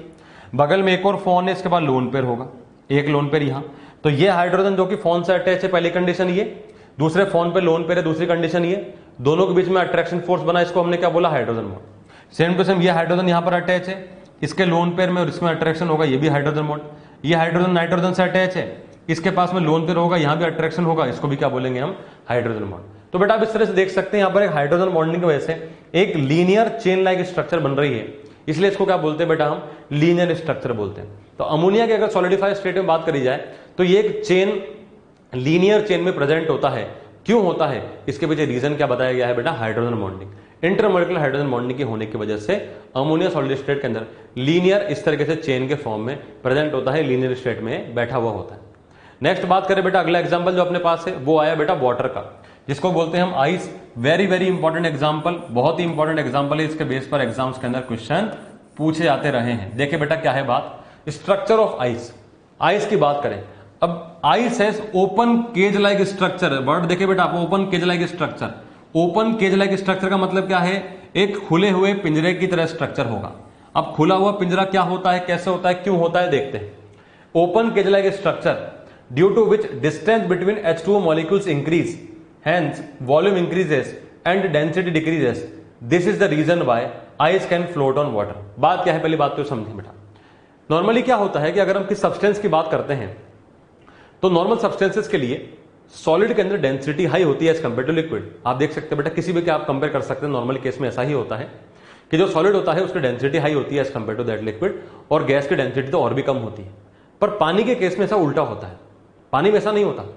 पानी में जो सॉलिड है ना उसकी डेंसिटी कम है और जो लिक्विड स्टेट में उसकी डेंसिटी ज्यादा है। अब ये बहुत ही वियर्ड चीज है, एक बहुत ही अजीब सी बात है कि ऐसा क्यों हो रहा है। नॉर्मल ट्रेंड जो दुनिया में फॉलो होता है उस ट्रेंड को फॉलो नहीं करता, उसका ठीक उल्टा ट्रेंड फॉलो करता है। अब इसका जो आइस बन रहा है उसमें ऐसी क्या खास बात है, तो उसके अंदर है हाइड्रोजन बॉन्डिंग। अब हाइड्रोजन बॉन्डिंग कैसे बेटा, देखें स्ट्रक्चर से बात समझेंगे आप। स्ट्रक्चर यहां पर क्या है बेटा, देखें आप, H2O का स्ट्रक्चर, ये अपने पास में स्ट्रक्चर बना है, इसी स्ट्रक्चर को बोलते हैं ओपन केज लाइक स्ट्रक्चर। क्यों बोलते हैं, देखें पहले आप इस सेंटर वाले वाटर पे कंसिडर करें, इस पे ध्यान दो। सेंटर वाले वाटर पे अगर आप देखेंगे तो बेटा देखें 2 हाइड्रोजन यहां पर अटैच है, H2O के अंदर 2 लोन पेयर भी प्रेजेंट होते हैं। बगल में देखिए आप 2 हाइड्रोजन यहां पर प्रेजेंट है, लोन पेयर प्रेजेंट है। इस तरीके से हर मॉलिक्यूल को हमने यहां पर बता दिया है। अब बात यहां पर यह है, आप कंडीशन चेक करें हाइड्रोजन बॉन्डिंग की क्या होती है।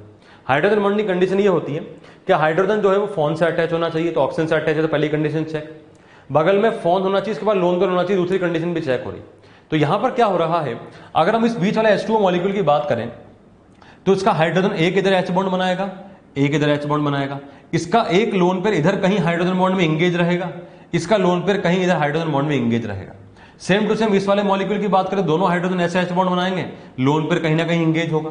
सेम टू सेम यहां पर भी बेटा ऐसा कैसा होगा, दोनों hydrogen H bond, lone pair engage, lone pair engage, दोनों hydrogen H bond, lone pair engage, दोनों hydrogen H bond, lone pair engage, दोनों हाइड्रोजन H बॉन्ड, दोनों हाइड्रोजन एंगेज और दोनों लोन पेयर इस तरह से रहे।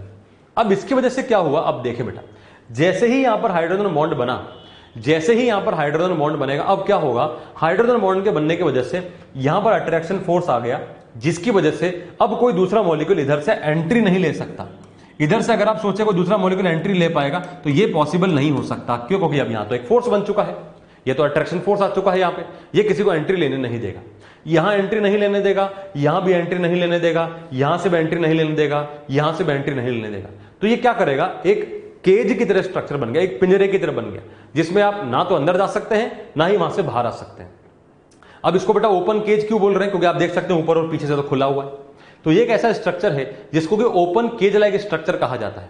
तो अब जब ये ओपन केज लाइक स्ट्रक्चर बना, इस ओपन केज लाइक स्ट्रक्चर की वजह से क्या हुआ, आप देखिए बेटा, बीच में जो ये खाली जगह है, ये खाली जगह ट्रैप हो गई, इसमें एयर ट्रैप हो गई, इसके अंदर एयर ट्रैप हो गई। अब क्या हुआ इसके अंदर, ये जब खाली स्पेस बनेगा तो बेटा इसको क्या बोलते हैं, हम वॉइड बोलते हैं। क्या बोलते हैं, वॉइड। ये वेकेंट स्पेस जो है इसको बोलते हैं बेटा वॉइड। वॉइड का मतलब खाली जगह, वेकेंट स्पेस। तो यहां एक वॉइड बना, यहां वॉइड बनेगा, यहां वॉइड बनेगा, यहां वॉइड बनेगा, यहां वॉइड, ऐसे बहुत सारे वॉइड बन जाएंगे। अब वॉइड बनने की वजह से क्या हो रहा है बेटा, इसके बाद डिस्कस करते हैं हम। डेंसिटी के बारे में अगर बात करें, डेंसिटी क्या होता है बेटा, मास अपॉन वॉल्यूम, ये डेंसिटी होता है, ठीक है। अब आप एक बात देखें बेटा, अगर हमने वाटर को सॉलिडिफाई करा तो वाटर का कुछ कंटेंट था, उसी कंटेंट को हमने सॉलिडिफाई करा तो मास तो सेम रहेगा, पर अंतर क्या है, अंतर यह आया कि वाटर के अंदर तो ऐसा कुछ नहीं है, लिक्विड स्टेट के अंदर ऐसा कुछ भी नहीं है कि वहां पर क्या है, ओपन केज लाइक स्ट्रक्चर है। पर जैसे वो सॉलिडिफाई हुआ, ओपन केज लाइक स्ट्रक्चर हुआ, तो बीच में वॉइड आ गया, और वॉइड आने की वजह से क्या होगा बेटा, बीच में खाली स्पेस आ गया। खाली स्पेस आने का मतलब वहां तो कुछ मास तो है नहीं, अब स्पेस आया तो क्या होगा, वॉल्यूम बढ़ गया। जैसे ही वॉल्यूम बढ़ेगा और मास कांस्टेंट रखा गया है तो डेफिनेटली डेंसिटी को डिक्रीज होना ही पड़ेगा, इसी वजह से यहां पर डेंसिटी घटेगा। तो आइस की डेंसिटी वाटर के मुकाबले में, लिक्विड स्टेट के मुकाबले में कम है, why, due to presence of hydrogen bonding. Hydrogen bonding की होने की वजह से यहां पर ओपन केज लाइक स्ट्रक्चर बना। ये जो ओपन केज लाइक स्ट्रक्चर बना, इस ओपन केज लाइक स्ट्रक्चर के अंदर खाली स्पेस बना, वॉइड बना, वेकेंट स्पेस आया, जिसकी वजह से वॉल्यूम बढ़ गया, और वॉल्यूम बढ़ने की वजह से डेंसिटी घट गया। इसी वजह से आइस वाटर पे फ्लोट करता है। अब आइस वाटर पे फ्लोट करता है, अब क्या होगा बेटा, आप बोलेंगे कि सर वाटर के अंदर लिक्विड स्टेट में ऐसा क्यों नहीं होता, क्यों नहीं होता। अगर आपने आइस को हीट करना शुरू करा तो बेटा हीट करने पर क्या होगा, हीट करने पर यह होगा कि ये जो वीक बॉन्ड है ये टूटने शुरू हो जाएंगे, क्योंकि हाइड्रोजन बॉन्ड है तो वीक फोर्स, कोवेलेंट बॉन्ड के बराबरी तो कर नहीं सकता। वाटर को अगर आपको बॉईल करना है तो बॉइलिंग के लिए तो टेम्परेचर 100 डिग्री सेल्सियस है, पर अगर आपको इसको मेल्ट करना है तो 0 डिग्री सेल्सियस है। 0 डिग्री सेल्सियस से जैसे आप टेम्परेचर बढ़ाएंगे, ये क्या होगा बेटा, मेल्ट होना शुरू होगा आइस। मेल्ट होने पर क्या होगा, ये जो वीक फोर्स है टूटने शुरू होंगे। तो जब ये वीक फोर्स टूटने शुरू होंगे तब क्या होगा, कि सपोज करो कि सबसे पहले ये बॉन्ड टूटा, कोई भी टूट सकता है, मान लो कि ये बॉन्ड टूटा। अगर ये बॉन्ड टूटा तो ये यहां से खुल गया, खुलने का मतलब क्या हो गया, एक वाटर मॉलिक्यूल यहां एंट्री ले सकता है। जैसे ही वाटर मॉलिक्यूल इसमें एंट्री लेगा, open cage like structure open तो रहा नहीं, केज लाइक स्ट्रक्चर भी रहा नहीं, ओपन हो गया, पूरा का पूरा खुल गया। अब क्या हुआ, अंदर वाटर के मॉलिक्यूल एंट्री लेने शुरू हुए। जैसे ही वाटर के मॉलिक्यूल एंट्री लेने शुरू होंगे, अब क्या होगा, अब यहां पर जो मास है उसमें इंक्रीमेंट होना शुरू हो जाएगा, अंदर मास आ जाएगा वाटर मॉलिक्यूल, और जैसे ही मास इंक्रीमेंट होना शुरू होगा, अगेन डेंसिटी क्या होगा बेटा, इंक्रीज होना शुरू हो जाएगा। तो ऐसा क्या होता है कि 0 डिग्री सेल्सियस जैसे जैसे हम टेम्परेचर बढ़ाते हैं, अब क्या होता है, धीरे धीरे टेम्परेचर बढ़ाने पर बॉन्ड, हाइड्रोजन बॉन्ड के टूटने की वजह से मास में इंक्रीमेंट होना शुरू हो जाता है, क्योंकि वेकेंट स्पेस अब वेकेंट नहीं रहते, उनमें वाटर मॉलिक्यूल की एंट्री होनी शुरू हो जाती है, जिसकी वजह से फर्दर डेंसिटी बढ़ना शुरू हो जाती है। ऐसी डेंसिटी बढ़ते बढ़ते बढ़ते बढ़ते बेटा मैक्सिमम 4 डिग्री सेल्सियस तक जाकर के डेंसिटी वाटर की मैक्सिमम हो जाती है। तो बेटा आप याद रखें, water has maximum density at 4 degree Celsius. अब आपके दिमाग में अगला सवाल आएगा, तो सर एक काम करें, टेम्परेचर बढ़ाते चले जाएं, टेम्परेचर बढ़ा देंगे तो सारे ही एच बॉन्ड टूट जाएंगे। बिल्कुल सही बात है, टेम्परेचर बढ़ाएंगे तो सारे एच बॉन्ड टूट जाएंगे, बट अगर आप ज्यादा टेम्परेचर बढ़ाएंगे तब क्या होगा, मॉलिक्यूल में वाइब्रेशंस होने शुरू हो जाएंगे। मॉलिक्यूल्स में वाइब्रेशंस होंगे तो मॉलिक्यूल एक दूसरे से दूर भागेंगे, क्योंकि टेम्परेचर मिल जाएगा तो एनर्जी मिल जाएगी। हर मॉलिक्यूल दूसरे मॉलिक्यूल धक्का देकर दूर भागेगा, और दूर भागेगा तो क्या होगा, अगेन फिर से स्पेस बढ़ेगा, अगेन स्पेस बढ़ेगा तो क्या होगा, अगेन वॉल्यूम बढ़ेगा, अगेन वॉल्यूम बढ़ेगा तो क्या होगा, डेंसिटी घटेगा। इसलिए 4 डिग्री सेल्सियस एक ऐसा ऑप्टिमम टेम्परेचर होता है जहां पर मास पर यूनिट वॉल्यूम मैक्सिमम होता है। तो मास पर यूनिट वॉल्यूम मैक्सिमम होने की वजह से ही वाटर की डेंसिटी 4 डिग्री सेल्सियस पर मैक्सिमम बताई जाती है। तो बेटा अब आपको ये बात समझ में आ गई होगी कि ऐसा क्यों होता है कि आइस जो है वो वाटर पे फ्लोट करता है, उसके पीछे रीजन क्या है, और क्यों ऐसा होता है कि वाटर की डेंसिटी 4 डिग्री सेल्सियस पर ही मैक्सिमम बताई जाती है, क्योंकि वहां पर 4 डिग्री सेल्सियस पर मास पर यूनिट वॉल्यूम मैक्सिमम होता है। अब 4 डिग्री से ऐसे आप टेम्परेचर आगे बढ़ाएंगे तो मॉलिक्यूल में टेम्परेचर बढ़ने की वजह से मॉलिक्यूल में वाइब्रेशंस होने शुरू होंगे, रैंडमनेस बढ़ेगी, मॉलिक्यूल में काइनेटिक एनर्जी बढ़ेगी, दूर भागेंगे तो अगेन वॉल्यूम बढ़ेगा, फिर से डेंसिटी कम होना शुरू हो जाएगा। तो 4 डिग्री सेल्सियस वो ऑप्टिमम टेम्परेचर है जहां पर वाटर की डेंसिटी मैक्सिमम होती है।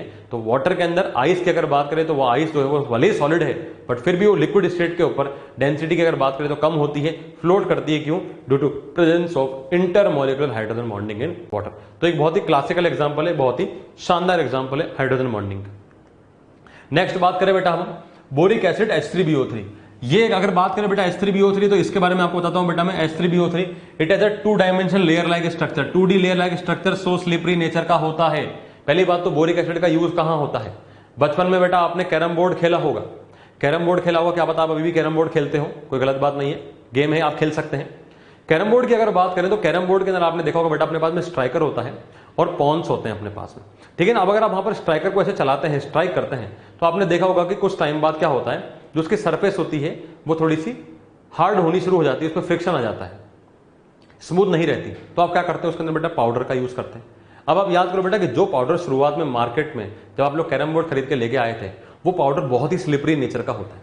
अगर आप उस पाउडर को थोड़ा सा भी डालते हैं और उसको अगर आप फैला देते हैं तो स्ट्राइकर क्या है, बहुत आसानी से मूव कर सकता है। तो स्ट्राइकर बहुत आसानी से मूव क्यों कर पा रहा है, उसके पीछे रीजन क्या है? उसके पीछे रीजन है वो पाउडर। और पाउडर में वो रीजन क्या है? पाउडर में रीजन है हाइड्रोजन बॉन्डिंग का होना। बेसिकली वो जो पाउडर बना होता है बेटा, वो बोरिक एसिड का पाउडर बना होता है। बोरिक एसिड की अगर बात करें तो इसका स्ट्रक्चर होता है, इसका फॉर्मूला होता है बेटा H3BO3। अब H3BO3 के स्ट्रक्चर के बारे में बात करें तो बोरोन के साथ में 3 OH OH OH ऐसे अटैच होते हैं। ये OH आगे H बॉन्ड बना सकता है, दूसरे वाले OH क्या समझ सकते हैं बेटा आप, एक और H3BO3 होगा। ये OH भी आगे H बॉन्ड बना सकता है, दूसरे H3BO3 के OH क्या समझ सकते हैं, और सेम टू सेम ये भी ऐसे स्ट्रक्चर बना सकता है। अब क्या होगा यहाँ पर, जब बोरिक एसिड को आपने सॉलिडिफाई करा, सॉलिड स्टेट में आया, तब क्या हुआ, यहाँ पर हाइड्रोजन बॉन्डिंग हुई। हाइड्रोजन बॉन्डिंग होने की वजह से क्या होगा, ये इधर की तरफ एक्सटेंड करेगा, ये ऐसे एक्सटेंड करेगा, ये ऐसे एक्सटेंड करेगा। तो बेटा यहाँ पर क्या होगा, एक लेयर बन जाएगी, एक लेयर बन जाएगी हाइड्रोजन बॉन्डिंग की वजह से। फिर एक लेयर बन जाएगी, इसके नीचे एक और लेयर बन जाएगी, ऐसे एक और नीचे लेयर बन जाएगी, ऐसी कई लेयर बन जाएंगी। अब क्या होगा, लेयर बन जाएंगी तो एक लेयर और दूसरी लेयर में क्या होगा, वंडरवॉल फोर्स ऑफ अट्रैक्शन होगा। एक लेयर और दूसरी लेयर में क्या होगा बेटा, वंडरवॉल फोर्स ऑफ अट्रैक्शन होगा। वंडरवॉल फोर्स ऑफ अट्रैक्शन बहुत वीक होता है, तो जैसे आप स्ट्राइकर पे फोर्स अप्लाई करेंगे, फोर्स अप्लाई करने पर क्या करा आपने, उसको इतना फोर्स दे दिया कि वो जो उसके बीच में अट्रैक्शन है वो वीक हो जाएगा। जैसे वो अट्रैक्शन वीक होगा, क्या होगा बेटा, ये एक दूसरे पर स्लाइड करना शुरू कर देगा, और स्लाइड करना शुरू करने की वजह से क्या होगा, इसमें स्लिपरी नेचर आ जाएगा, लुब्रिकेशन वाला इफेक्ट आ जाएगा। इसी वजह से बोरिक एसिड की अगर बात करी जाए तो कैरम बोर्ड में हम लोग जो पाउडर यूज करते हैं उसमें आपने देखा होगा कि बहुत आसानी से मूव करता है। तो मूव क्यों करता है पाउडर के डालने पर, क्योंकि पाउडर के अंदर है बोरिक एसिड, और बोरिक एसिड के अंदर क्या है, हाइड्रोजन बॉन्डिंग। हाइड्रोजन बॉन्डिंग में से एक लेयर बनी, एक लेयर दूसरी लेयर में वंडरवॉल फोर्स ऑफ अट्रैक्शन है। जैसे आपने स्ट्राइकर को चलाया, फोर्स अप्लाई करा, उसकी वजह से क्या होगा, ये लेयर टूटनी शुरू हो जाएंगी।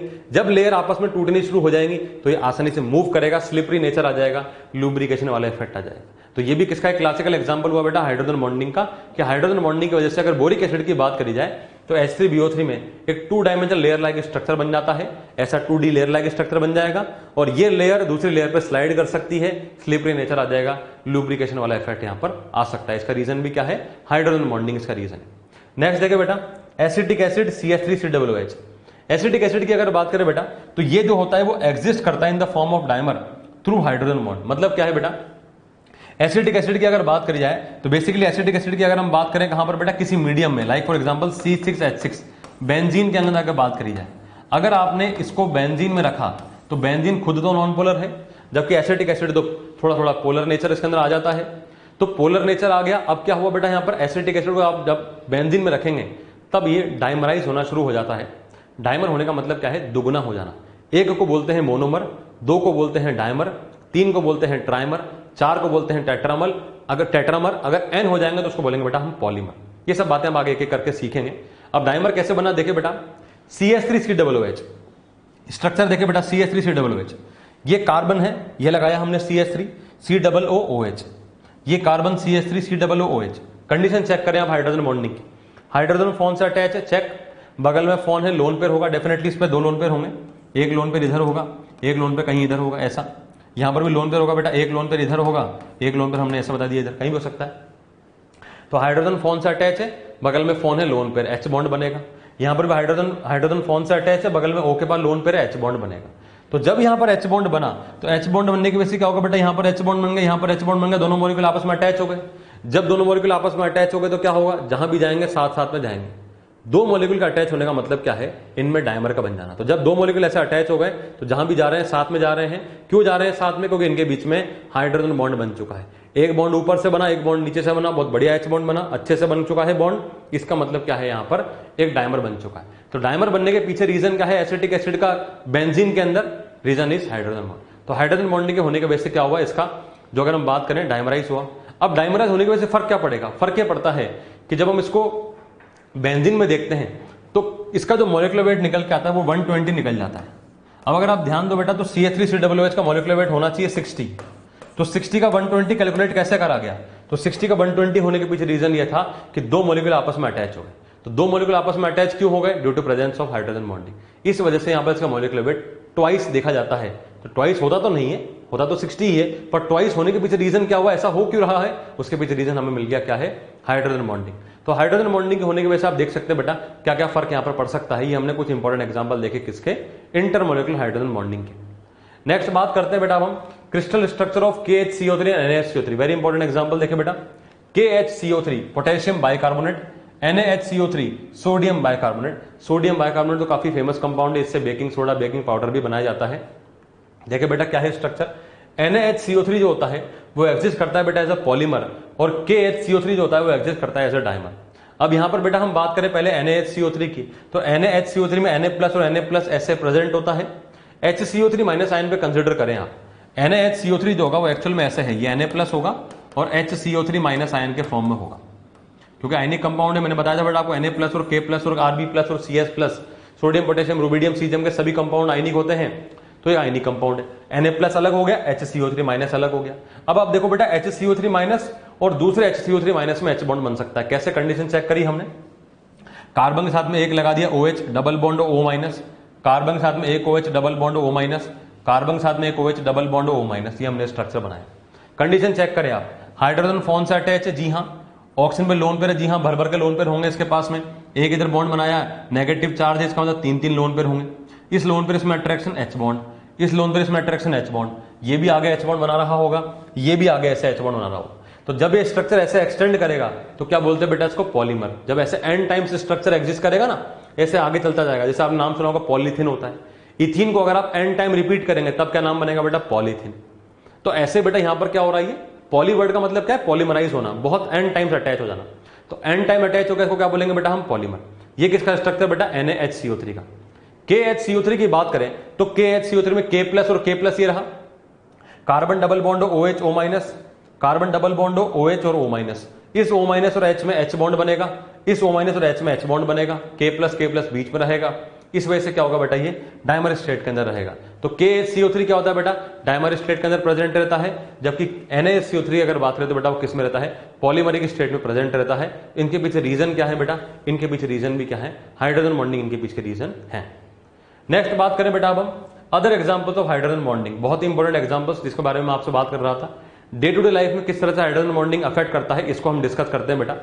सबसे पहले अपने पास आया, when two ice cubes are pressed together they attach themselves through hydrogen bonding. बचपन में आपने ऐसा करा होगा बेटा कि दो आइस क्यूब्स को अगर आप एक दूसरे पे प्रेस करते हैं तो वो आपस में अटैच हो जाते हैं। ऐसा आपको और हर जगह देखने को नहीं मिलेगा। जैसे मान लो कि अगर मैं ये दो अपने पास, मेरे पास ये पेन है, ये पेन है, ये प्लास्टिक के बने हुए हैं, अगर मैं इनको ऐसे जोर से दबाऊं तो क्या चिपक जाएंगे, नहीं। अगर आप दो मेटल की रॉड को जोर से दबाओ तो क्या वो चिपक जाएंगे, आसानी से चिपक तो नहीं सकते वो।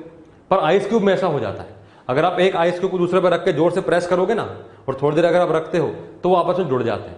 तो जुड़ने के पीछे रीजन क्या है कि इस आइस क्यूब के हाइड्रोजन इस आइस क्यूब के साथ में H बॉन्ड बनाना शुरू कर देते हैं। तो आपस में हाइड्रोजन बॉन्डिंग बनाने की वजह से क्या होता है बेटा, आइस क्यूब आपस में अटैच हो जाते हैं। तो एक लाइफ का हमारा एग्जाम्पल हो गया। नेक्स्ट देखिए बेटा, ice cream on wooden stick is attach due to hydrogen bonding. बहुत ही क्लासिकल, बहुत ही शानदार एग्जाम्पल है बेटा। जब हम लोग आइसक्रीम खाते हैं तो आइसक्रीम खाने पर क्या होता है बेटा, आपने देखा होगा, खास करके वो स्टिक वाली आइसक्रीम जो होती है, स्टिक वाली आइसक्रीम जब आप खाते हैं तो स्टिक वाली आइसक्रीम जब आप खाते हैं तो आपने देखा होगा वो जो स्टिक होती है वो हमेशा लकड़ी की होती है। ऐसा क्यों नहीं होता कि वो स्टिक जो है हम प्लास्टिक के बना दें, प्लास्टिक सस्ता है, ड्यूरेबल है, रिसाइकल भी करा जा सकता है, बट फिर भी वो डंडी आपको कभी, वो जो स्टिक है वो आपको कभी प्लास्टिक की नहीं मिलेगी, वो लकड़ी आपको, वो हमेशा आपको लकड़ी की मिलेगी। उसके पीछे रीजन क्या है बेटा, देखे समझें। जो अपने आइसक्रीम है उसके अंदर आइस है, और जो लकड़ी की स्टिक है उसके अंदर क्या है बेटा, सेल्यूलोस है। सेल्यूलोस होता है, सेल्यूलोस के अंदर नाइट्रोजन वगैरह ये सब होते हैं। तो क्या होता है, वो आइस और लकड़ी के सेल्यूलोस के बीच में हाइड्रोजन बॉन्डिंग होना शुरू हो जाता है। और हाइड्रोजन बॉन्डिंग के होने की वजह से क्या होता है कि वो जो आइस है वो लकड़ी पे इंटैक्ट रहती है, चिपक के रहती है। अगर वो मान लो प्लास्टिक होता तो प्लास्टिक के अंदर हाइड्रोजन बॉन्ड करने की एबिलिटी नहीं होती। प्लास्टिक अगर हाइड्रोजन बॉन्ड नहीं बना सकता, इसका मतलब वो आइस के हाथ में उतने अच्छे से बाइंड नहीं कर सकता। तो क्या होता बेटा कि मान लो कि अगर आपने यहाँ पर ऐसा आइसक्रीम खाने के लिए, तो शुरुआत में आप आइसक्रीम को निकालते फ्रीजर में से, तब तो वो ठंडी रहती, तब तो उस पर स्टिक रहती। पर जैसे ही अगर आप थोड़ा टेम्परेचर बढ़ाते तो टेम्परेचर बढ़ने पर क्या होता, कुछ अटैचमेंट नहीं होने की वजह से आइसक्रीम जो है वो उस पर ठहर नहीं पाती, आइसक्रीम नीचे गिर सकती थी, वो स्लिप कर सकती थी। तो आइसक्रीम को स्लिप नहीं होने से रोकने के लिए हम क्या कर रहे हैं, उसमें लकड़ी की स्टिक का इस्तेमाल कर रहे हैं। तो लकड़ी की स्टिक इस्तेमाल ही क्यों कर रहे हैं, उसके वजह रीजन क्या है बेटा, हाइड्रोजन बॉन्डिंग का होना। लकड़ी जो है उसमें सेल्यूलोस है, उसके अंदर हाइड्रोजन बॉन्डिंग करने की एबिलिटी है। आइसक्रीम के आइस के साथ में बहुत बढ़िया तरीके से H बॉन्डिंग करेगा, तो अटैच रहेगा, क्लिंग करके रहेगा, चिपक के रहेगा। जब उस पर चिपक के रहेगा तब गिरने की उसकी प्रोबेबिलिटी कम हो जाएगी। इसी वजह से आइसक्रीम की जो स्टिक होती है वो हमेशा लकड़ी की ही मिलेगी, आपको हमेशा वुडन स्टिक ही मिलेगी। नेक्स्ट देखिए बेटा, यूरिया NH2CO NH2। यूरिया की अगर बात करें बेटा तो यूरिया के अंदर हाइड्रोजन बॉन्ड करने की एबिलिटी होती है, आप देख सकते हैं यहाँ पर हाइड्रोजन जो है फोन से अटैच है इस तरीके से। और P nitrophenol etcetera, P nitrophenol वगैरह क्या होते हैं बेटा, इसके बारे में आगे चल के देखेंगे। पी नाइट्रोफिनॉल का मतलब क्या होता है बेटा, पैरा नाइट्रोफिनॉल। पैरा नाइट्रोफिनॉल में किस तरह से हाइड्रोजन बॉन्डिंग होती है इसको मैं आगे चल के कंपेरिजन में आपको डायरेक्ट बताऊंगा कि कैसे एच बॉन्डिंग होती है। तो बेटा ये अपने पास में कुछ एग्जांपल्स आगे किसके, इंटरमोलिकुलर एच बॉन्डिंग के। इसके बाद में हम डिस्कस करेंगे अब क्या, इंट्रामोलिकुलर एच बॉन्डिंग।